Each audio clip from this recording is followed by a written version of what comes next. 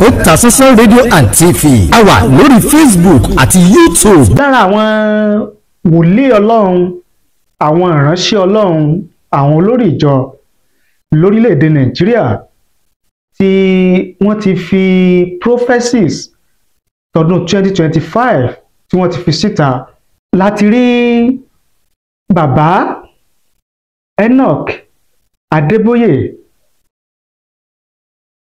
àti bàbá Oyèdépò àti bàbá Kúmúyì. Kí wá ní àsọtẹ́lẹ̀ tí pásítọ̀ Adébóyè tó fi síta? Kí ni àsọtẹ́lẹ̀ tí bàbá Oyèdépò tó fi síta? Kí ni àwọn àsọtẹ́lẹ̀ prophecies tí bàbá Kúmúyì tí wọ́n fi síta?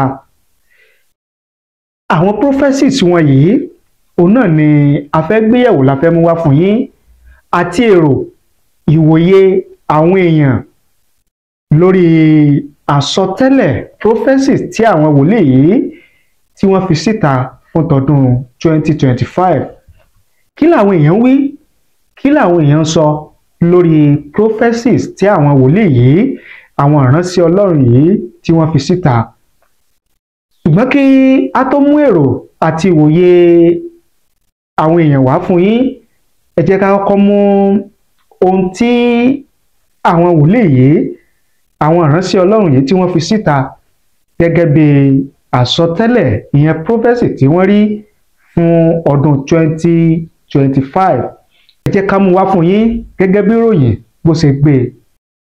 Gẹ́gẹ́ bí prophecies, ìyẹn àsọtẹ́lẹ̀ tí pásítọ̀ Enoch Adébóyè tí wọ́n fi síta, àlùfáà àgbà ìjọ Redeemed Christian Church of God RCCG sọ ní olú-ìlú ìjọ náà tó wà ní ìpínlẹ̀ Ògùn lásìkò ìsìn òpin ọdún pé ọdún tí yóò ní àpẹẹrẹ ní ọdún 2025 jẹ́ èyí tí ẹnikẹ́ni kò ní gbàgbé.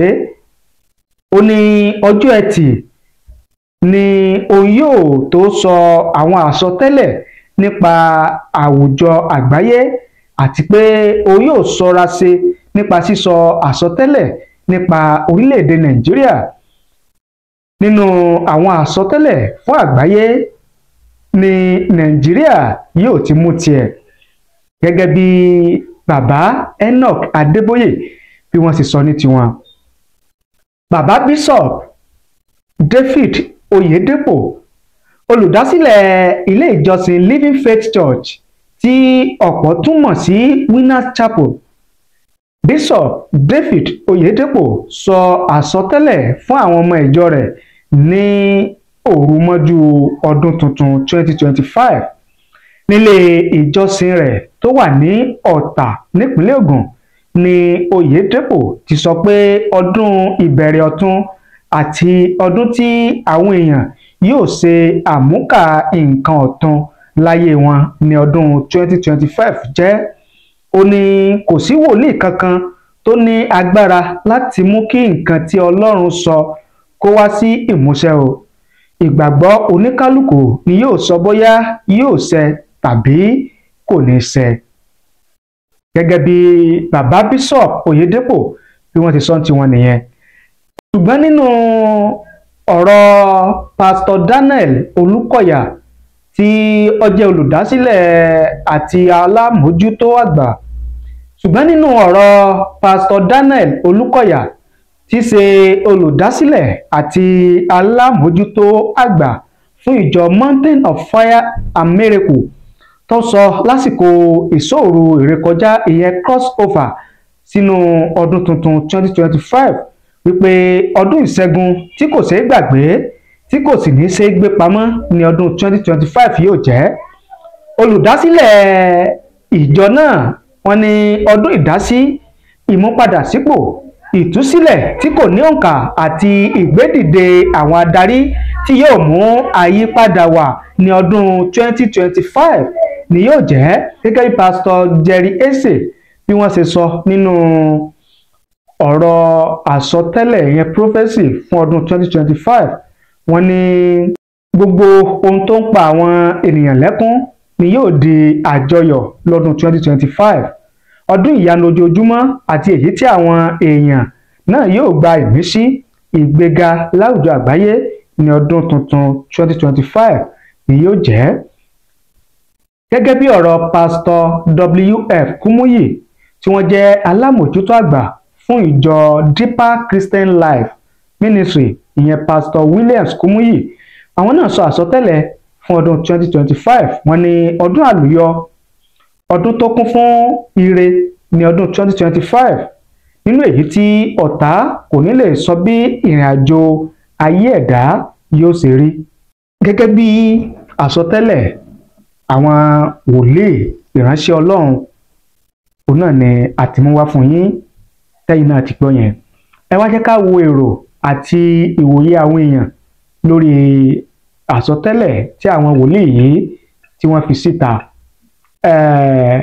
Musa Animasaun Mutiat, àwọn ní ẹ wò ó, ọdún 2025 tá a wà yìí, kí ẹnikẹ́ni má sọ àsọtẹ́lẹ̀ tí ò wúlò sí orílẹ̀-èdè yìí o. Bí ẹnikẹ́ni bá gbé àsọtẹ́lẹ̀ irú 2024 dìde fún talikania lásán, àwọn àfọ̀ṣẹ ń bẹ lẹ́nu àwọn aráàlú lóríṣiríṣi o. Dánwò ló bí ìyá ọ̀kẹ́rẹ́.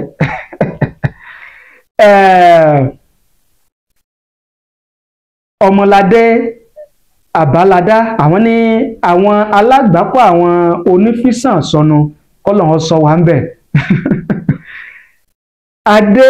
Adéjọkẹ́, àwọn ní ara yín lẹ́tàn jẹ ẹ̀yin òjíṣẹ́ Ọlọ́run onímọ̀tara ẹni nìkan aláìní àánú ọmọ ìjọ pẹ̀lú àsọtẹ́lẹ̀ irọ́ tẹ̀ra wọlé yẹn. Nàìjíríà ń bàjẹ́ lójú ayé yín láìrí ojúlówó òjíṣẹ́ Ọlọ́run jíṣẹ́ fún ọ̀nà àbáyọ sí ìṣòro orílẹ̀-èdè Nàìjíríà wa. Ẹ̀yin nu Ọlọ́run. Ọdún Ayọ̀ Grace, àwọn ní ìmọ̀ta kò ní ṣẹ lórí gbogbo wa o lágbára Ọlọ́run. Ayọ̀délé Dúrótìmí, àwọn ní nípa èso wọn ni a ó fi mọ̀ wọ́n, nípa ìwà wọn ni a ó fi dá wọn mọ̀, ni a ó sì fi dá wọn lẹ́jọ́. Ọlátúnjí Ọládẹ̀ǹdé, àwọn ní àwọn onísọkúsọ, àwọn àtùpà tí wọn ò ríran rídìí ara wọn lásán. Ọlátúnjí Ọládẹ̀ǹdé ni wọ́n sọ yẹn. Address Adeleke Yusuf, àwọn ní àwọn òjíṣẹ́ èṣù tí wọ́n ń pè ní ìránṣẹ́ Ọlọ́run. Ọlọ́run ẹ̀yin nù. Ok. Evangelist Johnson Abiodun, àwọn ní ibi tí kò sí ìran wòlíì àwọn ènìyàn ṣègbé, àdúrà àwọn olódodo náà sì ran orílẹ̀-èdè yìí lọ́wọ́. Gẹ́gẹ́ bí ọ̀rọ̀ Evangelist Johnson Abiodun ní tiwọn nìyẹn. Adams Babatunde, àwọn ní ọ̀rọ̀kọ̀rọ̀ ní ọ̀pọ̀lọpọ̀ wọn ń sọ, ṣé Ọlọ́run ni wọ́n ni? Babatunde Ọlábámikẹ́, àwọn ní na the same God tell them the prophecy. Adébáyọ̀ Muideen, àwọn ẹ dákun, mo fi Ọlọ́run bẹ̀ yín, ẹ má sọ ìsọkúsọ lórí ìlú wa, ẹ̀yin oníkàntankàntan alágbàákò gbogbo. Adébáyọ̀ Muideen ni wọ́n sọ yẹn. Iyọlá Taoreed Adérẹ̀mí, àwọn ní àsọtẹ́lẹ̀ àbí irọ́ lásán táwàrí làwọn kà o. Fọlárìn Cumex, àwọn ní àsọtẹ́lẹ̀ gidi kò fi bẹ́ẹ̀ jáde mọ́ láti ẹnu àwọn ìránṣẹ́ Ọlọ́run ní Nàìjíríà, àfi èyí tí wọn yóò fi máa dẹ́rù ba àwọn ènìyàn. David Àánú, àwọn ní what will be will be. Gẹ́gẹ́ bí èrò àti ìwòye àwọn èèyàn sí àsọtẹ́lẹ̀, lórí àsọtẹ́lẹ̀ tí àwọn wòlíì yìí, àwọn ìránṣẹ́ Ọlọ́run tí wọ́n fi síta fọdún 2025, òun náà ni àtìmúwá fún yín yẹn. Ẹ̀yin gẹ́gẹ́ bí ẹnìkan, kí ni èrò tiyín àti ìwòye tiyín lórí prophecies, ìyẹn àsọtẹ́lẹ̀ tí àwọn ìránṣẹ́ Ọlọ́run yìí tí wọ́n fi síta fún ọdún 2025? Àwọn àsọtẹ́lẹ̀ tí wọ́n ti máa ń sọ tẹ́lẹ̀ láti àwọn ọdún tó ti bọ́ sẹ́yìn, kí lẹ lè rí sọ sí àti ohun tó ń padà ṣẹlẹ̀ nínú ọdún kọ̀ọ̀kan. Ẹ fi ṣọwọ́ sí wa èrò tiyín àti ìwòye tiyín láàyè comment nísàlẹ̀ fídíò yìí. A kà á sì ṣe àgbéyẹ̀wò rẹ̀. Ẹ ṣé bẹ́ẹ̀ ṣe ń wò wá, ẹ ṣé bẹ́ẹ̀ ṣe ń gbọ́ wá. Ojú tẹ́ fi ń wò wá kò ní fọ́, etí tẹ́ fi ń gbọ́ wá kò ní di láṣẹ Èdùmàrè. Ìbànújẹ́ ó kéré ni ó tóbi ni kò ní jẹ́pin gbogbo wa o lágbára àdẹ́dá. Ẹ bá ní pín, ẹ bá ní share rẹ̀ kó lè káàkiri àgbáláyé. Thank you, God bless you. Títí ọ̀la tí a tún pàdé lórí ìkànnì yìí. Ẹ ṣé o, a dúpẹ́, a mọ rírì yín.